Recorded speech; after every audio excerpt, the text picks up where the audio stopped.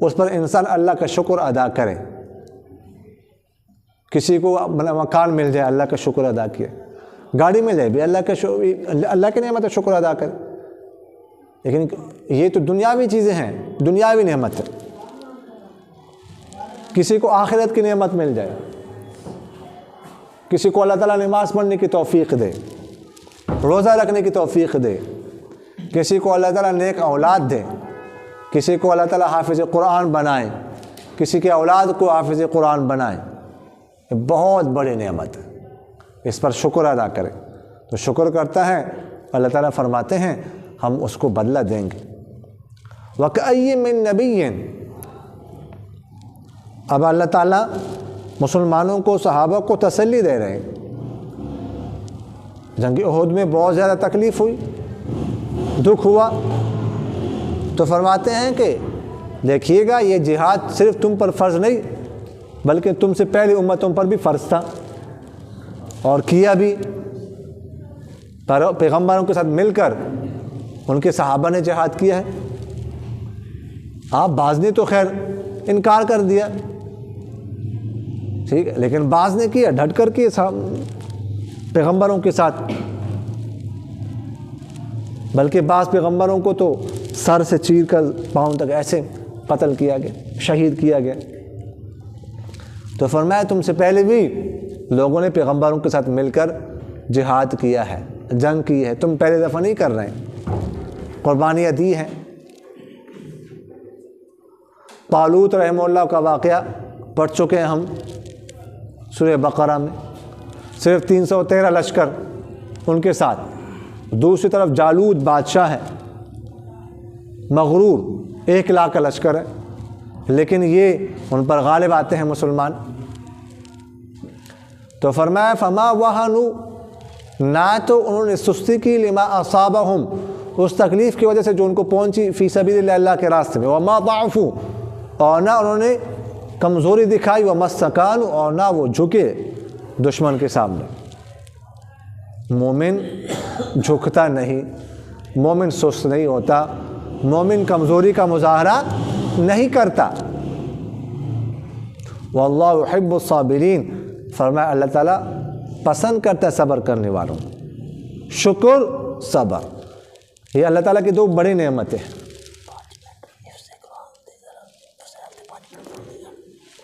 تو یہ اللہ تعالیٰ کی بہت بڑی نعمت. کوئی نعمت ملے تو اللہ کا شکر ادا کیا جائے. کوئی تکلیف آئے تو اس پر صبر کیا جائے. اور صبر جو ہے نا, حدیث شریف میں آتا ہے الصبر عند الصدمۃ الاولی, صبر وہ معتبر ہے جو انسان شروع میں کرے. کوئی تکلیف پہنچے اس پر صبر کیا, وگرنہ اگر انسان رونا دھونا شروع کر دے تو آخرکار تو انسان کو صبر آ ہی جاتا ہے نا. تو اس صبر کا اعتبار نہیں ہے. صبر ہوا ہے, شروع میں تکلیف پہنچی. مومن کا دل تو بڑا ہونا چاہیے, پہاڑ جتنا ہونا چاہیے. رونا دھونا شروع کر دے, مومن اس طرح نہیں کرتا. تو وہ صبر جو ہے نا, وہ جو انسان صبر کرتا ہے تکلیف کے موقع پر, اس کا اجر اللہ تعالیٰ بہت زیادہ دیتے ہیں, بہت بڑا اجر ملتا ہے. تو فرمایا وما کان قولہم, نہیں تھی ان کی بات, یعنی جو جنہوں نے پیغمبروں کے ساتھ مل کر جہاد کیا, جنگ کی, نہیں تھی ان کی بات مگر الا ان قالوا, یہ کہ کہا انہوں نے اے ہمارے رب اغفر لنا ذنوبنا, ہمارے لیے ہمارے گناہ معاف کر دیجئے, اور ہم سے جو زیادتی ہوئی اپنے معاملے میں اس کو بھی معاف کیجئے, اور ہمارے قدموں کو ثابت رکھے, اور ہماری مدد کیجئے کافر قوم کے خلاف. انہوں نے پیغمبروں کے ساتھ مل کر جہاد بھی کیا اور پھر اللہ سے دعا بھی مانگتے رہے. تو اگر کسی کو کوئی نیکی کا موقع مل جائے, کوئی اچھا کام کر لے, تو اس پر فخر نہیں کرنا چاہیے, گھمنڈ نہیں کرنا چاہیے, بڑی باتیں نہیں کرنی چاہیے, بلکہ اللہ کی طرف متوجہ ہونا چاہیے, اللہ کا شکر ادا کرنا چاہیے. دیکھو یہاں پر پیغمبروں کے ساتھ مل کر اللہ والے جہاد کر رہے ہیں, لیکن ساتھ دعا بھی مانگ رہے ہیں. یہ نہیں کہ بس ہم نے تو بڑا کارنامہ سارا انجام دیا, ہم نے تو پیغمبر کے ساتھ مل کر جہاد کیا, بس ہم تو بخشے بخشائے ہو گئے، بس ہمیں تو کسی عمل کی ضرورت نہیں ہے، بس ہمارے تو سارے گناہ معاف ہو گئے. نہیں، یہ تو تکبر ہے. ٹھیک ہے، تو اور اللہ کا شکر ادا کرنے سے عاجزی کرنی چاہیے. دیکھیے گا آپ صلی اللہ علیہ وسلم کے بارے میں آتا ہے قرآن پاک میں، اللہ تعالیٰ فرماتے ہیں کہ ہم نے آپ کے پچھلے، اگلے اور پچھلے گناہ معاف کر دیے. لیکن آپ صلی اللہ علیہ وسلم سب سے زیادہ عبادت کرتے تھے. بیویاں کہتی تھی کہ آپ کو عبادت کرنے کی کیا ضرورت ہے، آپ کی تو کیا ضرورت ہے، آپ کی تو اگلے پچھلے گناہ معاف ہے. تو وہ فرمایا کرتے تھے کہ مجھے تو اور زیادہ شکر کرنا چاہیے، اللہ کا شکر ادا کرنا چاہیے، مجھے تو اور زیادہ عبادت کرنی چاہیے کہ اللہ تعالیٰ نے مجھ پر اتنا فضل کیا ہے. یہ نہیں کہ بس سو جائے بس سب کچھ معاف ہو گیا. نہیں، بندہ ایسا نہیں کرتا. فآتاہم اللہ ثواب الدنیا وحسن ثواب الآخرہ. فرماتے اللہ تعالیٰ نے ان کو اللہ تعالیٰ ان کو دنیا کا بدلہ بھی دے گا اور آخرت کا اچھا بدلہ بھی دے گا. آخرت کے بارے میں کہا اچھا بدلہ، دنیا کے بارے میں صرف کہا بدلہ، لیکن آخرت کی جب باری آئی تو اچھا بدلہ. دنیا کا بدلہ جتنا بھی اچھا ہو جائے ختم ہونے والا ہے، لیکن جو آخرت کا بدلہ ہوتا ہے وہ نہ ختم ہونے والا ہے. تو اس لیے وہ حسن ثواب الآخرہ، واللہ يحب المحسنین.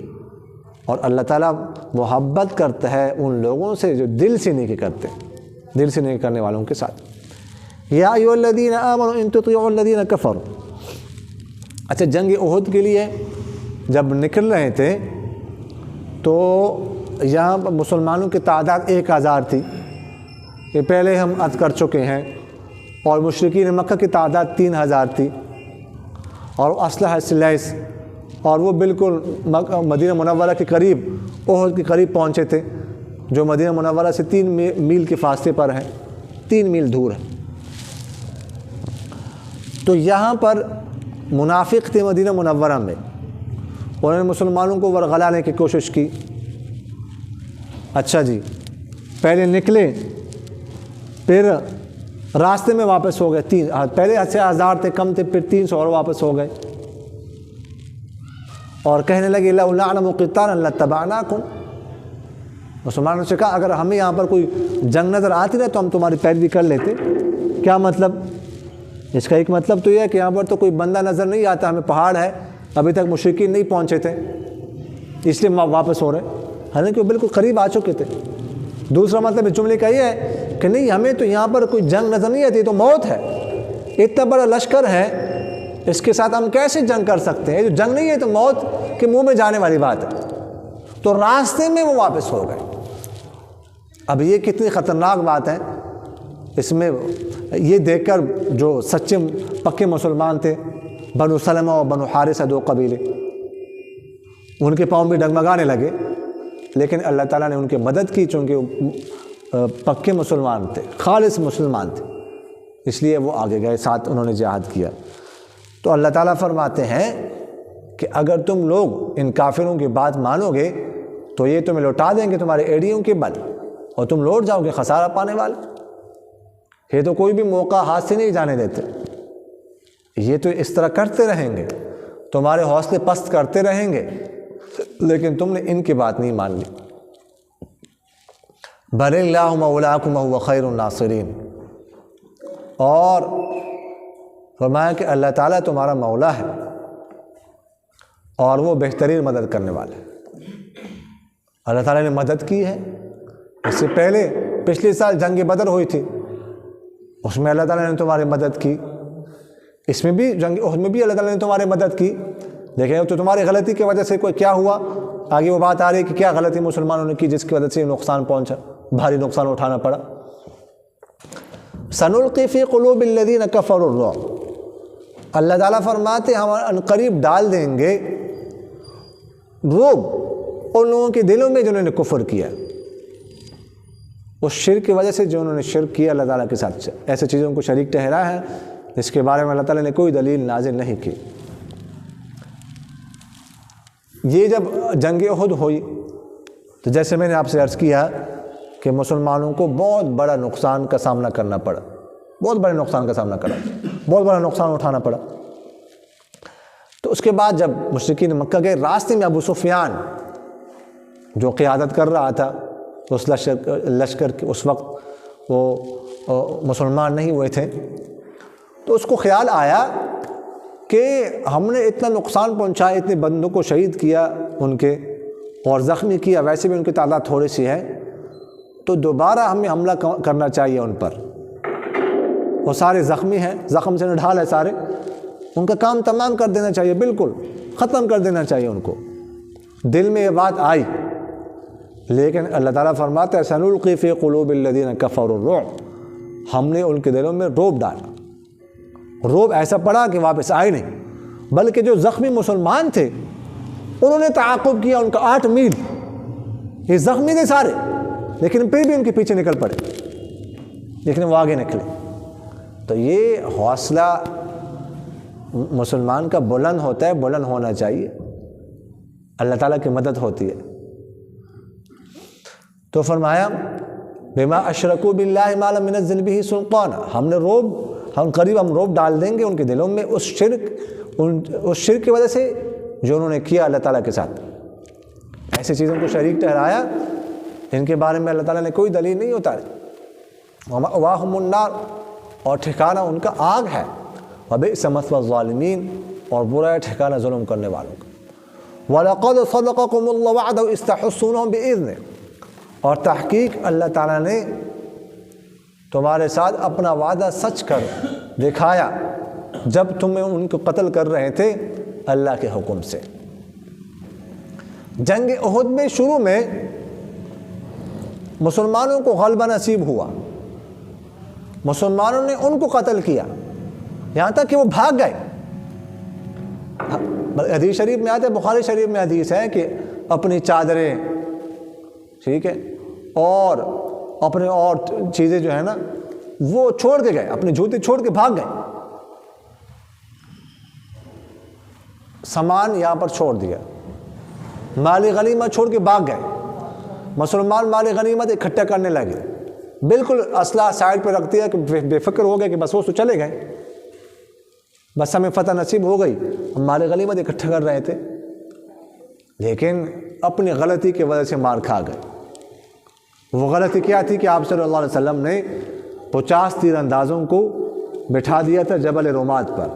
رومات رامی کی جمع ہے تیر اندازوں کی پہاڑی، 50 کو بٹھایا، عبداللہ بن جبیر رضی اللہ تعالیٰ عنہ کو ان پر امیر مقرر کیا، اور ان سے کہا کہ تم لوگوں نے ادھر بیٹھے رہنا ہے، ادھر سے ہلنا نہیں، چاہے ہم سب کے سب شہید ہو جائیں، چاہے ہمیں فتح نصیب ہو جائے، جب تک میں نہ کہوں تم لوگوں نے ادھر سے اترنا نہیں، ادھر رہنا۔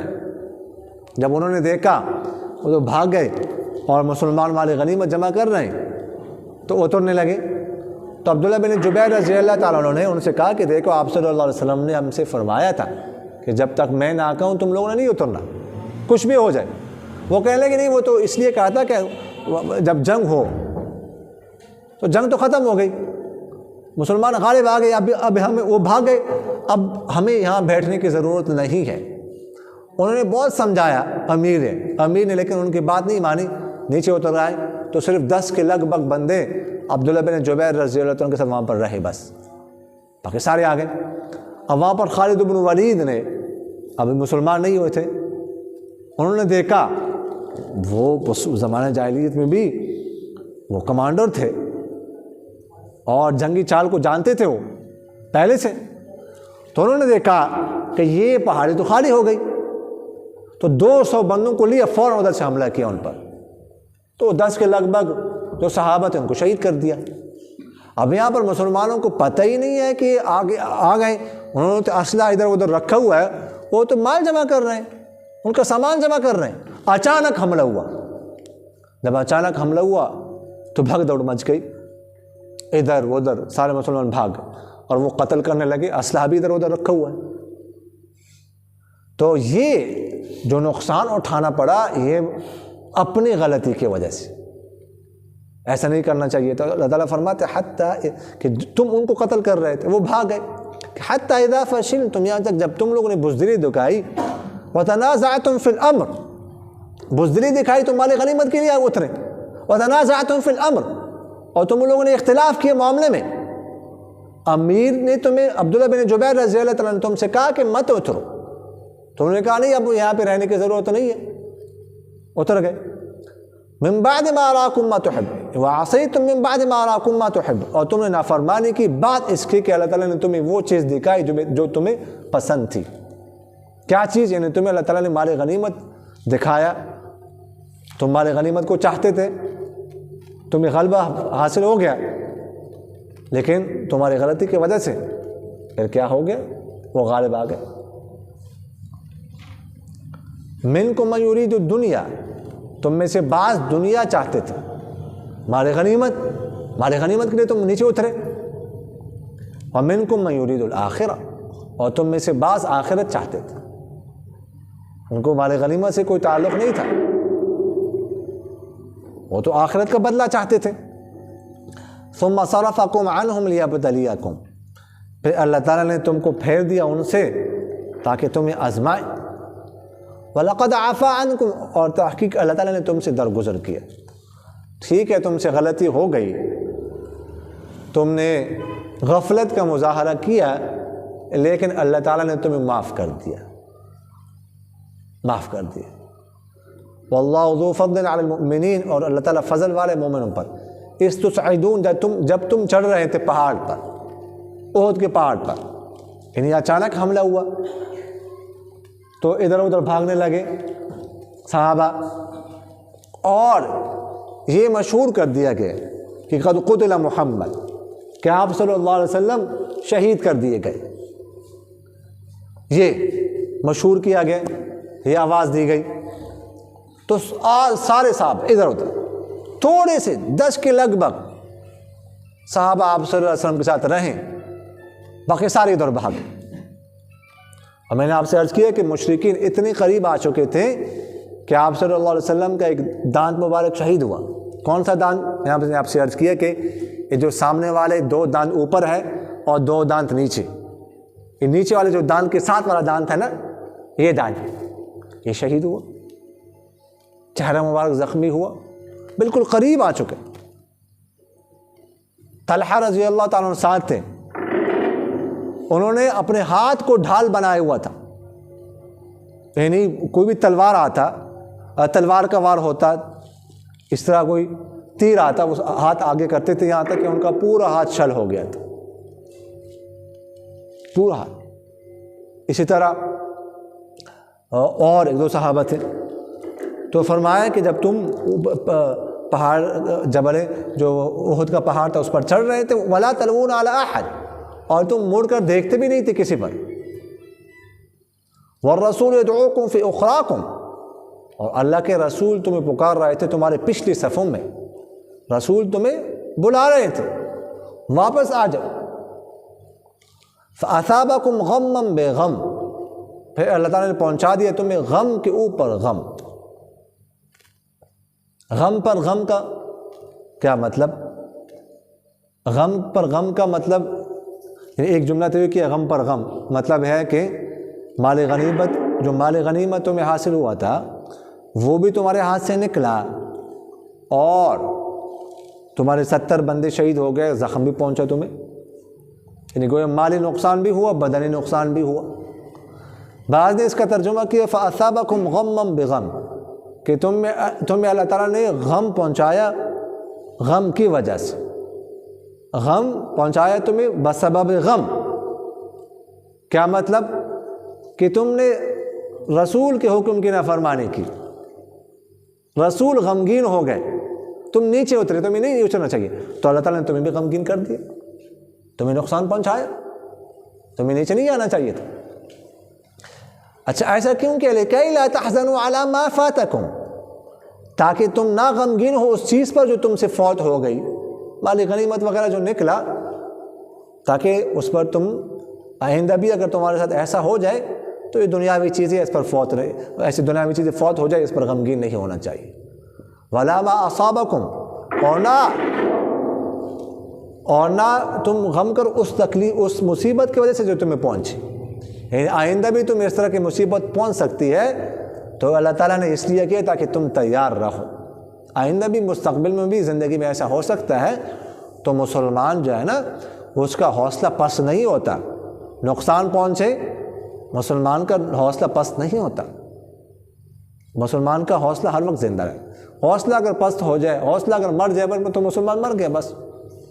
جیسے آج کل ہیں زندہ ہوتا ہے حوصلہ، تو آپ لوگوں نے دیکھ لیا حماس کو، حماس نے کیا کیا اسرائیل کے ساتھ بلکہ امریکہ کے ساتھ۔ اصل تو اسرائیل کی شکست نہیں ہے، اصل تو امریکہ کی شکست ہے۔ اسرائیل کی پشت پناہی تو امریکہ کر رہے ہیں، تو اصل تو امریکہ کی شکست ہے۔ تو حوصلہ مومن کا بلند ہو پھر ایسا ہوتا ہے۔ واللہ خبیر بما تعملون، اور اللہ تعالیٰ خبر رکھنے والے ان کاموں کی جو تم کرتے ہو۔ وعلیکم السلام ورحمۃ اللہ وبرکاتہ۔ ابھی حفظ کو ایک بچے نے قرآن پاک حفظ کیا ہے ماشاءاللہ، تو انشاءاللہ وہ دعا ہوگی اور وہ بچہ انشاءاللہ تلاوت کرے گا۔ قرآن پاک حفظ کرنا یہ اللہ تعالیٰ کی طرف سے بہت بڑی نعمت ہے۔ کوئی خود کر لے یا کسی کے اولاد میں سے اللہ تعالیٰ کسی کو اس نعمت سے نوازے، اور خاص کر اس دور میں اتنی بڑی نعمت ہے کہ ساری دنیا بھی اگر انسان کو مل جائے نا تو اس کے ایک لفظ کے برابر بھی نہیں ہے۔ اس دنیا کی حیثیت کیا ہے؟ اور اتنی جتنی بڑی دولت ہے اتنی ہی زیادہ سستی ہے، یہ مہنگی نہیں ہے۔ کبھی کبھار میں سوچتا ہوں یہ قرآن پاک ہے، اللہ کا کلام ہے، ہمارے بچوں کے ہاتھ میں ہوتے ہیں، بچوں نے اٹھایا ہوتا ہے، پڑھ رہے ہوتے ہیں۔ کبھی تو سوچتا ہوں اتنی بڑی نعمت اور اتنی سستی، جی تو لیکن ہماری طرف سے غفلت ہے۔ جتنی سستی ہے یہ نعمت اتنی ہی ہماری طرف سے غفلت۔ اس قرآن پاک کو اللہ تعالیٰ نے اتارا ہے پڑھنے کے لیے، یاد کرنے کے لیے، سمجھنے کے لیے۔ قرآن پاک کو اس لیے نہیں اتارا گیا کہ اس کو بس رکھا جائے، گھر میں رکھیں ہم اور کپڑا غلاف چڑھائیں۔ 1 کروڑ کا غلاف چڑھا دو، 1 ارب کا غلاف چڑھا دو، کیا حق ادا ہو جائے گا اس کا؟ یا قرآن پاک صرف اس لیے ہے کہ دلہن جا رہی ہو، جب گھر سے نکل رہی ہو تو سر کے اوپر رکھ دو، یا دلہن آ رہی ہے تو سر کے اوپر رکھ دو، بس جی قرآن پاک کا تو ہم نے حق ادا کر دیا، یہی تو حق ہے۔ قرآن پاک یہ تو ان چیزوں کے لیے نہیں اتارا گیا، یہ ہماری غلط فہمی ہے۔ قرآن پاک تو سینوں میں محفوظ کرنے کے لیے اتارا گیا ہے، یہ سمجھنے کے لیے اللہ تعالیٰ نے اتارا ہے۔ دیکھیے گا صحابہ کرام رضوان اللہ تعالیٰ علیہم اجمعین، جو بڑے بڑے صحابہ ہیں تو انہوں نے بڑی عمر میں پڑھا ہے۔ ابھی کچھ 1-2 سال پہلے کی بات ہے، ہمارے علاقے میں ایک شخص نے 60 سال کے بعد حفظ کیا، میں ملا خود ان سے۔ ابھی یہ جو ہے نا، جو ابھی یہ وفاق کا امتحان ہوا، میری نگرانی تھی ایک جگہ پر، تو وہاں پر ایک شخص 60 سال اس کی عمر ہے، دوسرے درجے کا امتحان دے رہا تھا، بیٹھا ہوا تھا۔ میں نے ان سے پوچھا کتنی عمر ہے؟ کہتا 60 سال، اور پڑھ رہے۔ ابھی کچھ دن پہلے ایک ڈاکٹر صاحب ہیں، تو انہوں نے میرے ساتھ رابطہ کیا، وہ ریٹائر ہو گئے، 61 سال 61 سال ان کی عمر ہے۔ وہ کہہ رہے ہیں میں نے داخلہ لینا ہے کسی مدرسے میں، کس میں لوگ مجھے بتایا جائے، اگر رمضان کے بعد میں نے داخلہ لینا ہے۔ تو علم کی کوئی حد نہیں ہے، کوئی عمر نہیں ہے۔ خوش قسمت ہے، خوش نصیب ہے وہ لوگ جن کی اولاد نیک ہو، جن کی اولاد نماز پڑھتی ہو، جن کی اولاد قرآن پاک کی تلاوت کرتی ہو، حافظ بنے۔ ایسے لوگوں کو روزانہ اللہ کا شکر ادا کرنا چاہیے، کم سے کم 2 رکعت صلاۃ و شکر پڑھنے چاہیے۔ یہ نعمت ہے، اور اللہ کا فضل دے کے کہ قرآن پاک کے علاوہ کوئی اور ایسی کتاب ہمیں دکھائیں جو پوری کسی نے یاد کی ہو. کوئی کتاب ہے نہیں یاد کر سکتا. لیکن اللہ تعالیٰ فرماتے وَلَقَدْ يَسَّرْنَا الْقُرْآنَ لِلذِّكْرِ فَهَلْ مِن مُدَّكِرٍ. ہم نے تو اس کو یاد کرنے کے لیے آسان بنا دیا ہے. کوئی ہے یاد کرنے والا؟ ایسے لوگ موجود ہیں جو یاد کرتے ہیں اور اول سے لے کر آخر تک پڑھتے ہیں, ایک غلطی بھی نہیں آتی. تو اللہ تعالیٰ نے اس کو آسان کر دیا ہے. لیکن وہی بات ہے کہ غفلت تو ہماری طرف سے ہے. تو اس لیے جو لوگ خود حفظ کر سکتے ہیں ان کو خود حفظ کرنا چاہیے. قرآن پاک کو یاد کرنا چاہیے, قرآن پاک کو سمجھنا چاہیے, اس کا ترجمہ پڑھنا چاہیے, دوسروں کو سکھانا چاہیے. اور جو خود نہیں کر سکتے تو وہ اپنی اولاد کو حافظ قرآن بنائیں. صدقہ جاریہ. آپ حضرات دنیا سے رخصت ہو جائیں گے تو آپ کا بیٹا بیٹی قرآن پاک پڑھیں گے, ایک ایک لفظ پر آپ کو ثواب ملتا رہے گا. آگے پڑھائیں گے آپ کو ثواب ملتا رہے گا. اب قبر میں ہیں لیکن اب کا جو آپ کی جو نیکیوں کی فیکٹری ہے وہ لگی ہوئی ہے. ایسی فیکٹری میں مال بنتا ہے نا, مسلسل بن رہا ہے بڑھ پروڈکشن ہو رہی. اس طرح یہ جو حافظ اولاد ہوتی ہے وہ آپ کے لیے فیکٹری ہے, وہ نیکی آپ کے لیے بنا رہی ہے مسلسل. حدیث شریف میں آتا ہے کہ بعض اوقات قبر میں والدین کو کسی کو شخص کو اوپر اونچا درجہ دیا جاتا ہے, تو وہ پوچھتا ہے درجہ مجھے کیوں اونچا ملا؟ تو فرشتے بتاتے ہیں کہ آپ کی اولاد نے آپ کے لیے دعا کی ہے جس کی وجہ سے آپ کو اونچا درجہ مل گیا. یہ تو صرف دعا کا نتیجہ ہے. اور جس نے اپنے بچے کو حافظ بنایا ہو, وہ صبح شام اس کو پڑھ رہا ہو, تہجد میں پڑھے, نوافل میں پڑھے, تراویح میں پڑھے, دن کو پڑھے, آگے لوگوں کو حافظ بنائیں, آگے لوگوں کو پڑھائیں, تو اس کے درجے کا کیا آپ لوگ تصور کر سکتے ہیں کتنا درجہ ملے گا؟ تو بہت بڑی نعمت ہے. اب جو بچہ جو ہے حافظ ہوا وہ آ جائیں اور تلاوت کرے, ان کے والدین کو میری طرف سے, ہم سب کی طرف سے بہت بہت مبارک ہو.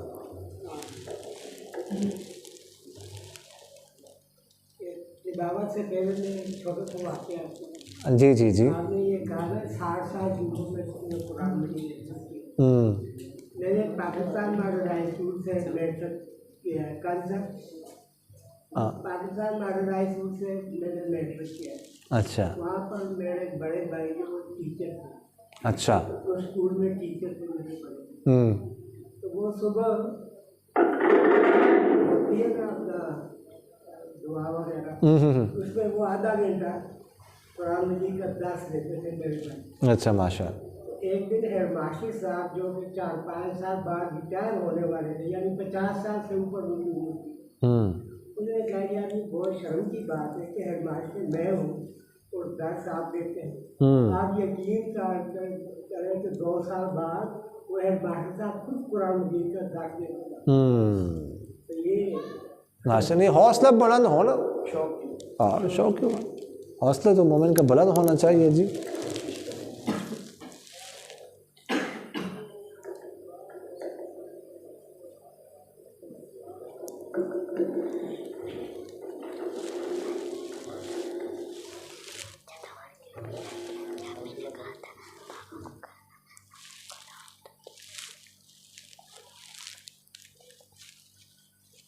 أعوذ بالله من الشيطان الرجيم.